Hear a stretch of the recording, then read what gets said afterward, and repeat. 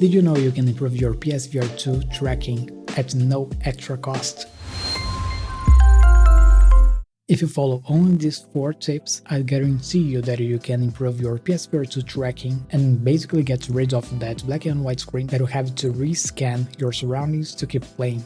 Tip number 1. Differently from the PSVR 1 that it relies on tracking the lights on headsets, you could basically play this on completely darkness. The PSVR2 headset works with an inside-out tracking with the 4 front-facing cameras, which means it has to see its surroundings. So you should have a well-lit room and avoid harsh lighting. So if you have a window that gets direct sunlight, this should be too bright for its lenses, so probably you should put some blinds on it and only use the lights you have in your own room.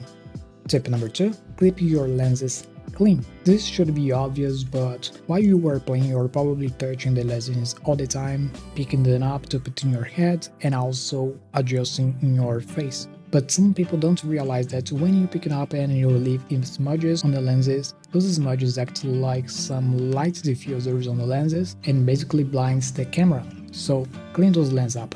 Tip number 3. Enable track support on your console. This option is quite useful if you are playing on a small room or if you are playing very close to the TV, most likely if you are playing seated. To enable this option on your console, go to Accessories, PlayStation VR2, Tracking Support, and enable it.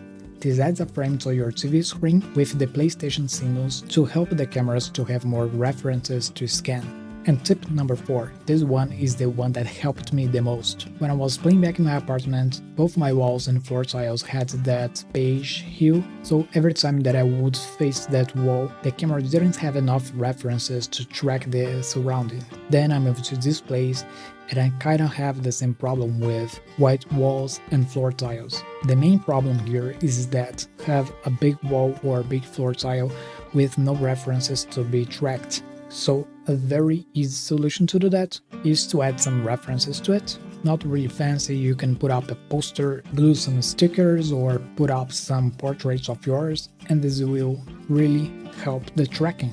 You can immediately check the benefits of it just by trying the PSVR2 on again, scan for surrounds feature. When you do that, you can see that the places that the camera couldn't track before, now they have these references and now it will recognize the surroundings. The same works for the floor. For example, I have this mat that protects the tiles from being scratched by my chair, and even though it's all black, still helps the tracking. But what I would recommend is using something that has some pattern to it, just like the tracking support does to your screen, adding some patterns so it has more references to follow. But if you don't have a rug or a mat to put on the floor, you can add some temporary references, maybe put a pillow or cushion around, so when the camera sees it, it knows where it's looking at.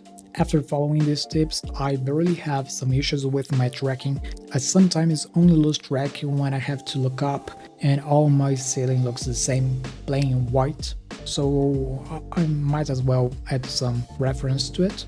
Not sure what I can add, though I'm not putting some pictures up, but these are assured to help with your tracking problems and stop from getting you out of the immersion. Let me know in the comments if these tips helped you, and if they did, a like would be very appreciated. That's all for this video, and thanks for watching.